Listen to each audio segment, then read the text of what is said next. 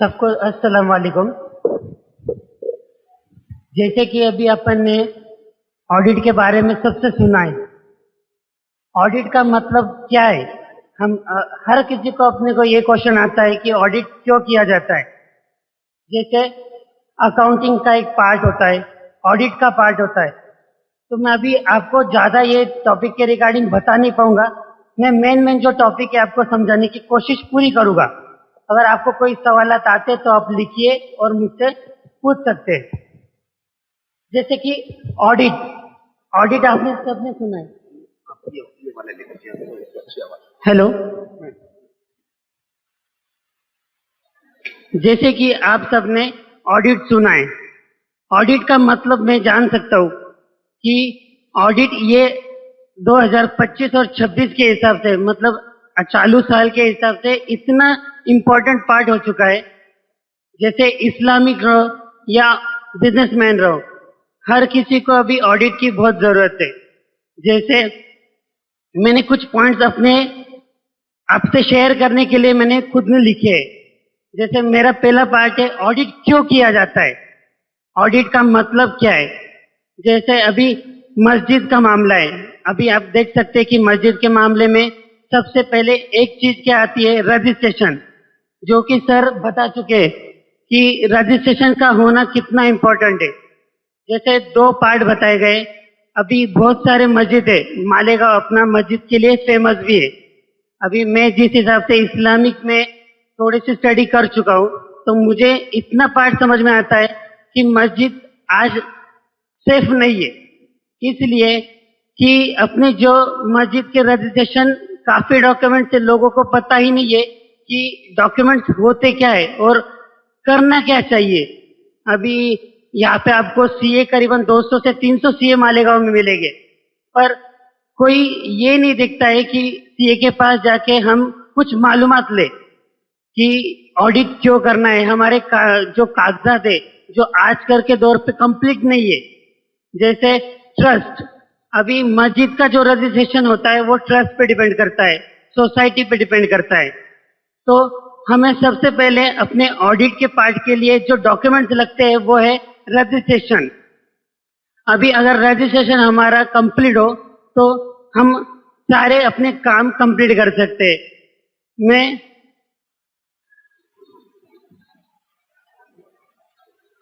जैसे हमें ऑडिट के लिए क्या क्या करना चाहिए, सबसे पहले हमें बॉडी मेंबर से रेडी करना पड़ता है। जैसे 12 लोगों की बॉडी मेंबर्स हो।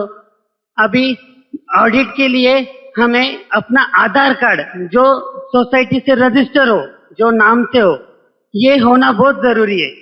अभी मैंने कई क्लाइंट्स को अटेंड किया जिनके पास अपना खुद का पैन कार्ड भी नहीं है। यहाँ से तो अपनी यहाँ की शुरुआत है।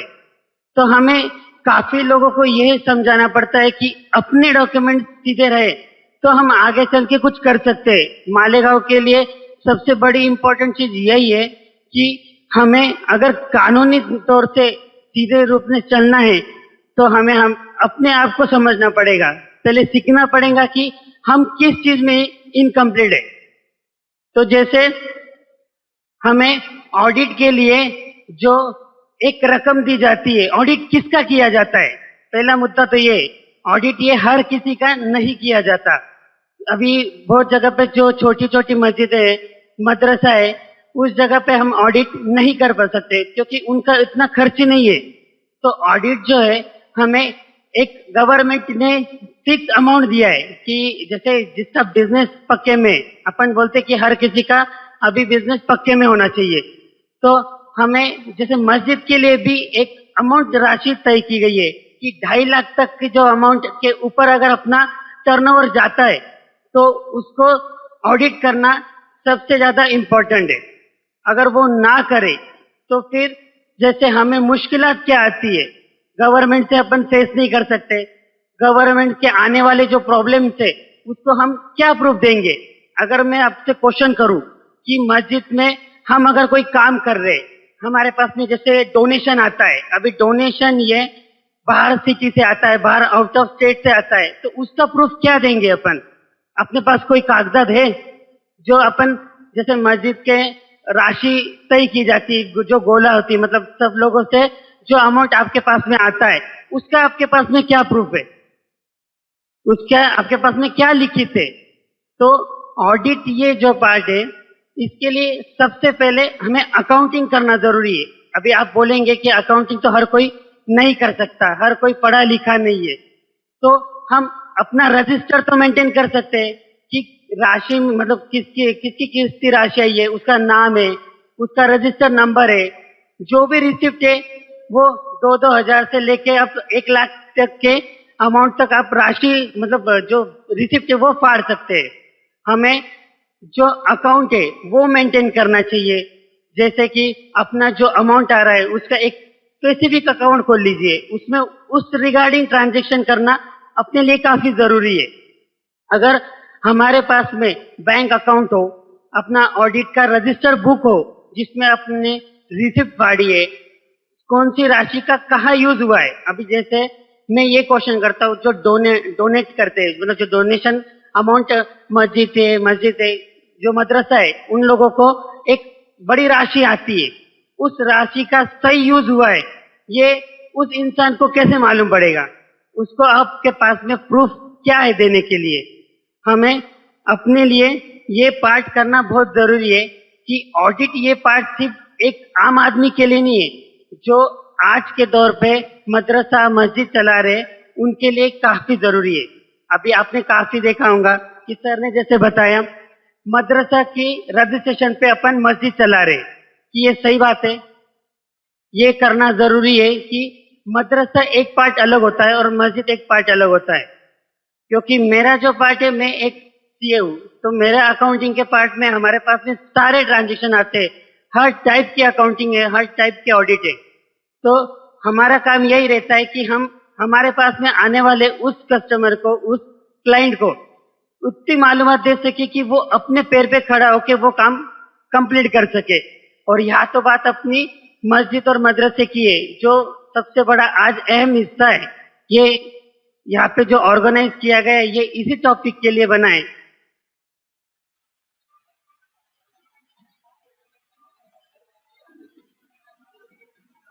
अभी जैसे मेरे पास में कुछ पॉइंट्स है, जैसे दान नगद में प्राप्त होने पर प्रति रसीद अधिकतम राशि क्या होनी चाहिए। अभी अपन जो रिसिप्ट भरते इनकम टैक्स एक्ट के हिसाब से 1961 की धारा पे अपने को 2 लाख तक के ऊपर अपन अमाउंट अपने पक्के में नहीं ले सकते। इसका रीजन ये है कि जैसे आप 2 लाख की राशि अगर अपने अकाउंट में लेते तो वो तो एक वैल्यू के हिसाब से मतलब वो लीगली हो गया, पर उसकी आपको रिसिप्ट भी फाड़ना पड़ेगा। और रिसिप्ट फाड़ने का जो तरीका है 20,000 से लेके 2 लाख तक आप रिसिप्ट फाड़ सकते हैं।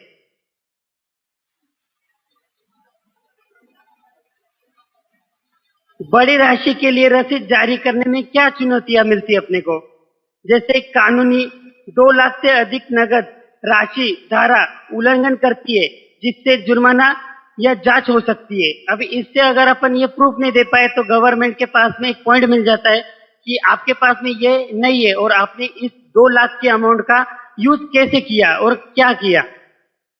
के लिए दानकर्ता की पहचान और धन के स्रोत की जांच आवश्यक है।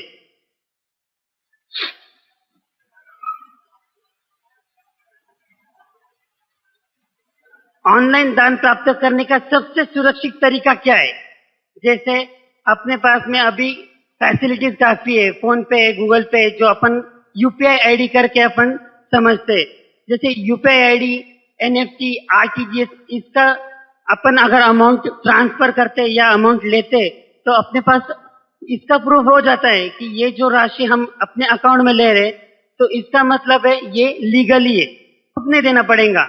अपने पास में ऑलरेडी जो बैंक स्टेटमेंट मेंटेन किया जाता है जिसके इसमें ऑलरेडी आपका यूपीआई आईडी के साथ में जो आपने अगर आरटीजीएस किया होगा, एनएफटी किया होगा, उसका उल्लेख तो वहां पे हो चुका है। व्यवसायिक सुझाव में क्या है, जैसे संस्था का बैंक खाता यूपीआई आईडी या पेमेंट गेटवे से लिंक करें। अगर अपने ये लिंक करा तो मदरसे में जो और मस्जिद में जो पैसा आता है बाहर के आउट ऑफ से या अपन किसी को पेमेंट लगा रहे तो इसका हमें एक ऑडिट रिपोर्ट और मतलब रेडी हो जाता है अपने लिए, उसको दूसरी तरह से मेंटेन करने की कोई जरूरत नहीं पड़ेगी। और जो लिखित में लिया जाता है उसका अपने लिए सबसे पहले अपने को जो प्रोसेस है, मैं आपको अभी प्रोसेस बताना चाहूंगा कि अपने को मेंटेन कैसे करना है। पहले जैसे अपने पास में जो रजिस्टर बुक मेंटेन किया जाता है, रजिस्टर बुक में हमें रिसिप्ट नंबर, उसके बाद में ट्रांजैक्शन आईडी लो, या जिस हिसाब से इनकम मतलब किसी ने आपको डोनेशन दिया है या कोई इनकम आई है आपके पास में, उसका आपके पास में लिखित होना चाहिए। अगर आपके पास में लिखित है तो ऑडिट के टाइम आपको कभी कोई तकलीफ नहीं आएगी। अब जैसे कौन सा खाता अपन यूज कर सकते हैं, जैसे अपने खाते भी बहुत सारे सुने होंगे, जैसे सेविंग अकाउंट है, करंट अकाउंट है। तो अगर मंदिर और मस्जिद ये जैसे ट्रस्ट है, सोसाइटीज है, तो सोसाइटीज के लिए हमें अपना एक स्पेशल सोसाइटी रजिस्ट्रेशन का एक अकाउंट खोलना चाहिए, जिसमें सिर्फ कौन सा लेन देन होगा जो मस्जिद के रिगार्डिंग हो, मस्जिद से पेमेंट अगर जा रहा है और मस्जिद में पेमेंट अगर आ रहा है तो सिर्फ उसकी ही मालूमात उसमें हो, अपना पर्सनल खर्चा उसमें हमें नहीं दिखाना है।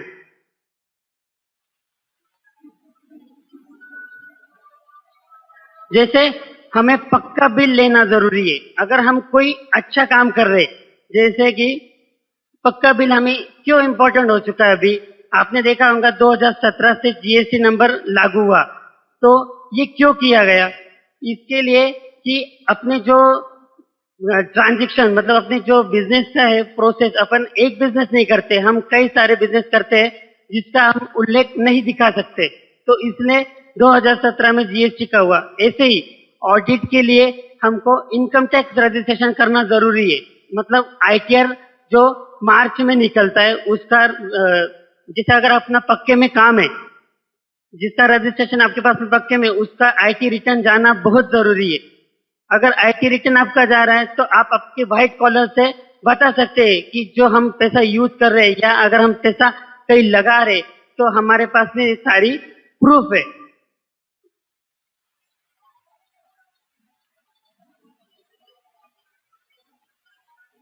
मदरसों के ऑडिट के लिए जैसे हम किसको ढूंढेंगे? जैसे सीए को ही ढूंढ सकते हैं, हर किसी को ये मालूमात नहीं होती है।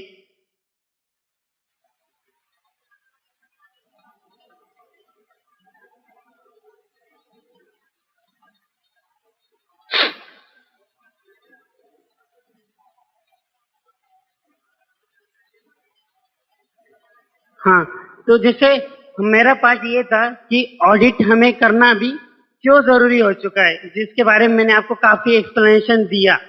अभी मैं ये बोलना चाहूंगा कि जो अभी सोसाइटीज है, रजिस्टर है, हम अभी सेपरेटली हर रजिस्टर नहीं कर सकते। अभी मालेगांव में जैसे देखने जाए तो 200 से ज्यादा, 300 से ज्यादा मस्जिद है, मदरसा चलाते, तो हम हर किसी को सेपरेटली मेंटेन नहीं कर सकते। तो हम एक ऐसी चीज कर सकते हैं जिसका एक सोसाइटी रजिस्ट्रेशन कर सकते हैं, जैसे कि हमारा प्लेस बिजनेस एक हो और उसके अंदर हम सारे रजिस्ट्रेशन दिखा सकते हैं। जैसे एडिशनल बोलते हैं अपन कि एक जगह पे अपन बहुत सारे बिजनेस को दिखा सकते हैं। इससे एक साबित क्या होगा कि हमें हर ऑडिट रिपोर्ट अलग से मेंटेन नहीं करना पड़ेगा। जैसे एक जगह पे ऑडिट रिपोर्ट सबमिट हो सकती है, जहाँ वहाँ के जो भी मुखिया होंगे उनके पास में वो ऑडिट रिपोर्ट सबमिट करके, डॉक्यूमेंट सबमिट करके एक फाइनल ऑडिट होगा। इससे आसान भी क्या है, अपना टाइम भी बचेगा, अपने पास में अदर काम करने के लिए, जैसे अपना बाहर सिटी के कोई काम है वो अपन जल्दी से जल्दी रिकवर करके कंप्लीट कर सकते हैं। इसका मालेगांव में ये एक अच्छा इफेक्ट होगा और जैसे गवर्नमेंट के हिसाब से भी ऑडिट अपन सबमिट करके दिखा सकते हैं। इसको आप शुरू कर देंगे ना, इसको आप इसमें जवाब दे सकते। सर अभी आपने बताया कि रसीद बनाने के बारे में, कि रसीद जो है 20,000 तक बनाई जा सकती है, 20 से 1 लाख तक। तो ये जो सीए हजरात आजकल कह रहे हैं, हम लोगों को मदरसों में भी कह रहे हैं कि 2,000 रुपए से ज्यादा की रसीद न बनाइए, ये क्यों है?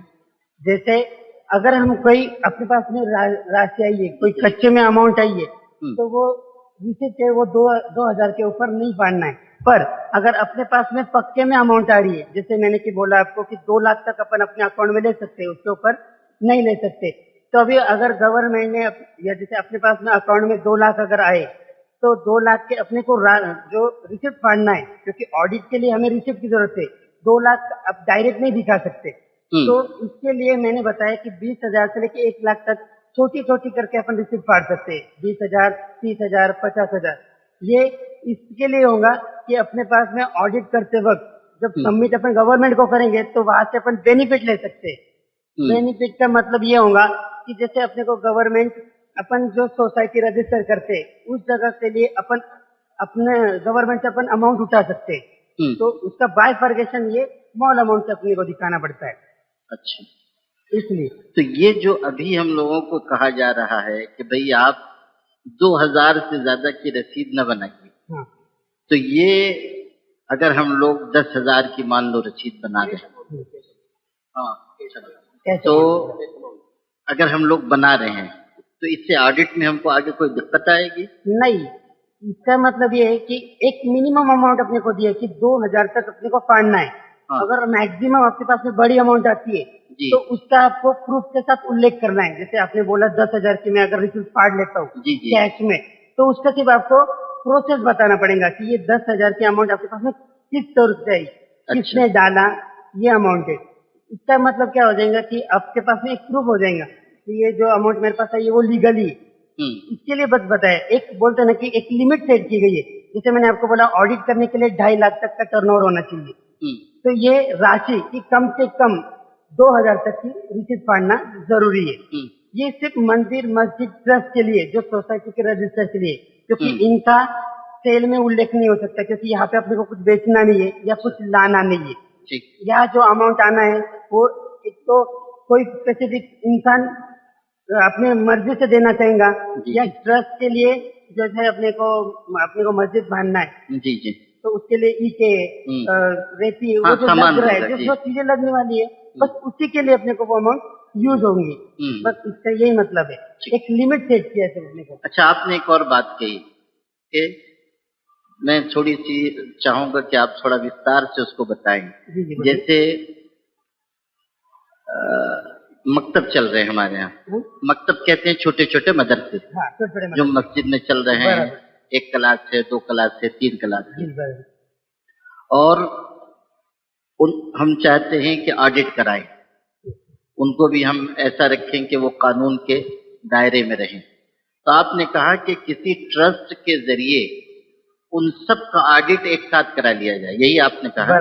उसकी क्या शक्ल होगी? असल में हम लोग क्या चाह रहे हैं, जैसे हमने ये बनाया है एक प्लेटफॉर्म वेफाक, जिसके आज जो सेमिनार जिसके बैनर तले हो रहा है, तो क्या हम ऐसा कर सकते हैं कि वेफाक को रजिस्टर्ड कराकर ये जो मकातिब हैं, मान लो 200 मकतब हैं छोटे छोटे मदरसे, तो वो मकातिब का ऑडिट हम इस ट्रस्ट के जरिए एक साथ कराएं। ये आप, हाँ, ये मैंने इसलिए बोला कि जैसे हर किसी, जैसे छोटी मस्जिद है, मैंने जैसे बोला कि मालेगांव में 200 से ज्यादा है छोटे छोटे, वो ऑडिट नहीं कर सकते, उनके पास में उतने डॉक्यूमेंट्स भी आपके पास नहीं मिलेंगे। तो एक जैसे मैंने मेन बोला, जैसे आपने बोला एक रजिस्टर, एक सोसाइटी बना लेंगे, उसके अंदर अपन इसलिए कर सकते हैं कि उनको करना वही प्रोसेस है, उनको डॉक्यूमेंट्स के जो जो काम है वो आपको बता देना है, समझा देना है कि ये आपको जैसे रिसिप्ट है वो पक्के में लेना है, इनकम का सोर्स है उसका एक अकाउंट खोल लेना है। ये एक तरफा एक ही जगह पे तुम रेडी कर लो। जैसे 200 लोग, 200 मस्जिद है तो 200 मस्जिद के अपने सेपरेट लीगली रजिस्टर कर लो, और उस सब को एक साथ गोला करके एक सोसाइटी, मतलब एक जैसे एक जीएसटी नंबर अगर निकला है तो वहां जाके वो सबमिट कीजिए। वहां का जो मेन होगा उसके पास में वो सबमिट होने के बाद में वो इन सब का बायफर्गेशन बताएगा, इसमें आने वाली इनकम, जाने वाली इनकम, आने वाला डोनेशन, और जो भी चीज पर्सनली मस्जिद के रिगार्डिंग, मदरसे के रिगार्डिंग, बच्चों के फ्यूचर के लिए जो पैसा खर्चा किया गया है वो वहां पे अपने को दिखा देगा। इसका एक फायदा ये है कि अपन बोलते हैं कि अपना जब इनकम अगर ज्यादा है तो टैक्स पे करने में आ जाता है, तो हर कोई तो टैक्स पे नहीं करता है। तो अपन यहाँ एक चीज ये दिखा सकते हैं कि हमारे पास में एक्सपेंसेस की लेवल ज्यादा है, इनकम की लेवल ज्यादा है। बोलते ना, एक से ज्यादा बिजनेस होने का फायदा और एक से ज्यादा बिजनेस होके उसका एक्सपेंसेस का भी फायदा होता है। जैसे हम अभी ऑडिट करते तो ऑडिट में बैलेंस शीट मेंटेन करते, इनकम टैक्स की रिसिप्ट मेंटेन करते, और एक्सपेंडिचर मतलब जो अपना खर्चा है वो मेंटेन करते, इस मुताबिक अपना प्रॉफिट तय किया जाता है।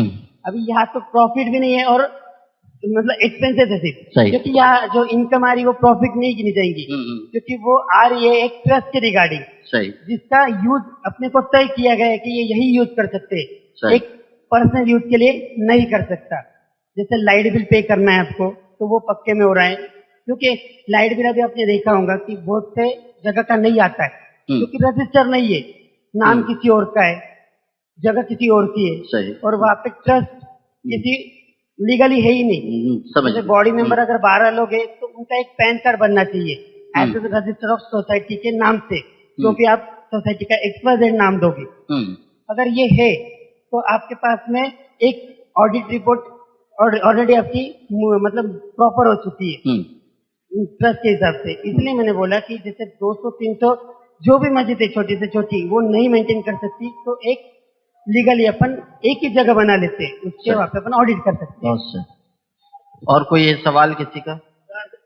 योगदान करने वाला जो पर्सन है अपनी तरफ से कोई ग्रेड अमाउंट दे जी किसी को दिया और वो ऐसा बोलता है कि हमको रिसिप्ट भी नहीं चाहिए, आप अपने ग्रुप में रखो। हाँ, लेकिन हम क्या करते हैं उसको नॉमिनल रिसिप्ट बना बराबर, मान लो 1 लाख दिया वो हम बोलेंगे 20,000 की रिसिप्ट बना सकते हैं उसमें, तो ये इसमें गुंजाइश है ना? ऐसा मतलब 20,000 की 1 लाख में 5 रिसिप्ट बना दें हम? जी ये जरूरी है। अपन एक साथ में अभी बोलते कि एक साथ में बड़ी अमाउंट अपन नहीं दिखा सकते, क्योंकि अपने को उसको प्रूफ देना पड़ेगा गवर्नमेंट को। और जैसे राशि मैंने आपको बोला कि 2 लाख के ऊपर अकाउंट में नहीं दिखाना है, तो फिर अगर आपके पास में एक साथ 2 लाख के आप अगर रिसिप्ट फाड़ लेते तो आपको फिर गवर्नमेंट को कुछ ना कुछ टैक्स पे करना ही पड़ेगा। ठीक, वो देने वाला योगदान करने वाला लेखी में भी कोई चीज हमसे लेता नहीं।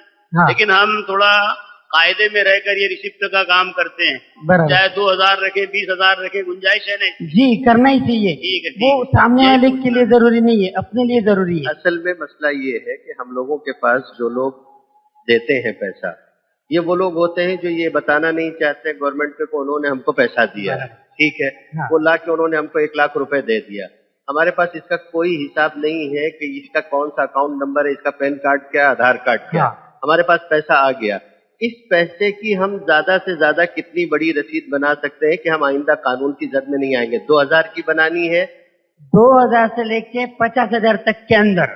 हाँ, इसकी राशि अभी जैसे आपने बोला कि आपके पास उनका पैन कार्ड नहीं है, आधार कार्ड नाम ही नहीं है उनका जी। अभी उस अमाउंट को दिखाने के लिए आप जैसे आपके पास में सामने वाले ने आपको 50,000 रुपए डाल दिए जी, तो अभी आप उसका कुछ प्रूफ नहीं दे सकते, प्रूफ नहीं जी। तो आप उसको एक्सपेंसेस के तौर पे छोटी छोटी रिसिप्ट फाड़ के वहाँ पे आप दिखा सकते हैं, और उसका यूज क्या किया वो अगर अपन दिखा दिए तो अपना जो सामने वाले से अमाउंट आया हुआ है वो सेफ हो जाता है। हमारे पास असल में हमारे ये बताना हमारे लिए मुश्किल होता है कि इसको हमने कहाँ इस्तेमाल किया है, कहाँ इस्तेमाल किया। हम सिर्फ ये बता सकते हैं कि हमने जमा कर लिया है, उसके बाद वो धीरे धीरे हमारे यहाँ मुख्तलिफ उसमें खत्म होता है। हाँ। तो उसकी ज्यादा से ज्यादा रसीद कितनी बना सकते हैं? 2,000 की, 2,000 से लेके 50,000 के अंदर।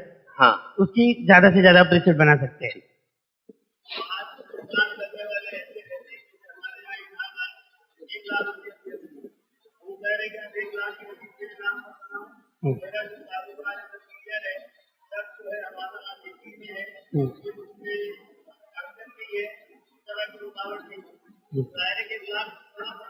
जी बना सकती है, तो उसके साथ आपको डॉक्यूमेंट एक्स्ट्रा करना पड़ेगा। जैसे बॉन्ड पेपर एक बना लीजिए, जैसे अगर आपके पास में बड़ी राशि आ रही है तो उसका बॉन्ड पेपर में लिख लीजिए, अपने को गवर्नमेंट को सिर्फ प्रूफ देना है।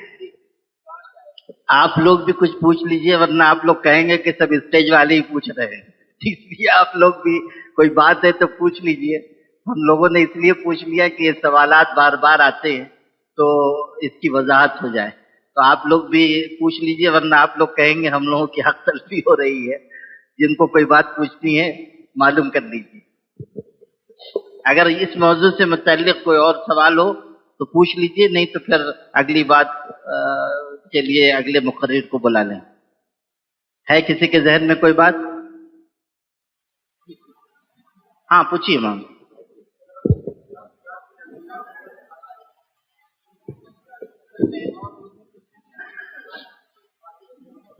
जैसा कि सर ने कहा कि 20 से 50 हजार के दरमियान में हम रसीद बना सकते हैं, लेकिन जो अकाउंट है, अकाउंट नंबर जो हाँ, तो बैक वक्त में 2 लाख 1 लाख रुपए जो रकम आ रही है वो तो गवर्नमेंट की नजर में है ना। गवर्नमेंट की नजर में है अमाउंट, पर उसका खर्च क्या किए, उसका अगर आप बता रहे कि सिर्फ इनकम, तो सिर्फ इनकम आ रही तो आपको गवर्नमेंट को टैक्स पे करना पड़ेगा, उसका एक्सपेंसेस क्या दिखाएंगे आप? जैसे आपको उसका जो आपके पास में राशि है, फॉर एग्जाम्पल आपके पास 1 लाख की राशि है, तो 1 लाख को आपने कहाँ यूज किया? क्योंकि यहाँ आपने कुछ इनकम कमाए नहीं है, मतलब ये आपके पास में रिसीवेबल इनकम दान किया उन्होंने। तो ये इसका आपको दिखाना पड़ेगा कि आपने बोला जैसे गवर्नमेंट के हिसाब से तो अकाउंट में दिख गया, बैंक के स्टेटमेंट में आपकी वो एंट्री तो दिख गई, पर इसका जो इनकम आया है इसको कहाँ यूटिलाइज किए? अच्छा, तो मुफ्ती साहब ने वही कहा, तो हम बता नहीं सकते हैं ना कि कहाँ कहाँ खर्च किए। तो तनख्वाह में जैसे तो जी जी, ये जो है ना, यानी ऐसा जरूरी नहीं है कि जैसे मैंने 2000 दिया, इमरान हजरत नदवी ने 2000 दिया तो वो 2000 रुपया आपने फला को दिया, वो नहीं बताना है। पूरा जितना अमाउंट होता है 1 लाख रुपया आया, अब हम लोग उसको खर्च करते हैं तनख्वाह में, है ना, बिल में वगैरह वगैरह, वो हम लोग करते हैं ना, वो वही है, कोई मसला नहीं उसका। ठीक है, अच्छा जरूरी नहीं है कि डायरेक्ट नाम बनाम किया जाए।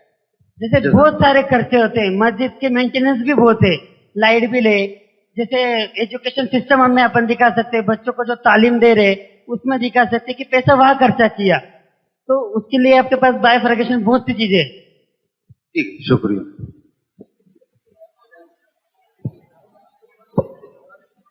क्या सर? हाँ,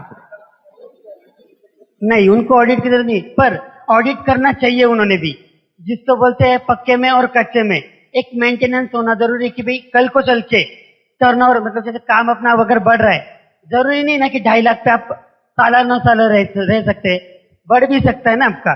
जिस दिन बढ़ेगा तो उस टाइम पे आप रिकॉर्ड दिखा सकते हैं कि मैंने रजिस्टर 2012 से किया है, तो अभी तक मेरे पास रिकॉर्ड है। सेफ्टी के लिए, हर कानून सेफ्टी के लिए।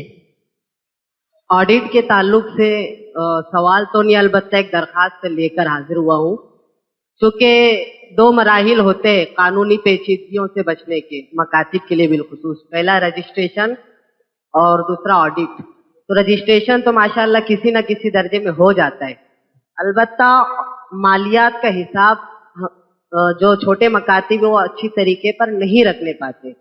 तो मैं विफाक के जमी जिम्मेदारान से ये दरखास्त करता हूँ कि वो मालियात के हिसाब रखने के लिए आमदनी और खर्च का कोई एक्सेल शीट की तरह चार्ट शीट या फिर रजिस्टर्ड जो सीएज हो सकते हैं, यानी चाइल्ड अकाउंटेंट्स है, उनकी रहनुमाई से तैयार कर दे, और जो नौजमाए मकातिब व मदारिस है उनको अगरचे के बकीमत मुहैया कराएं। अलबत्ता ये अगर कराया जाता है रजिस्टर इतने अच्छी उम्दगी से बना हो कि वहाँ पर तमाम आमदनी और इखराजात के हिसाबात लिखे जाएं, और आखिर में जब ऑडिट करना हो वो रजिस्टर पेश कर दिया जाए।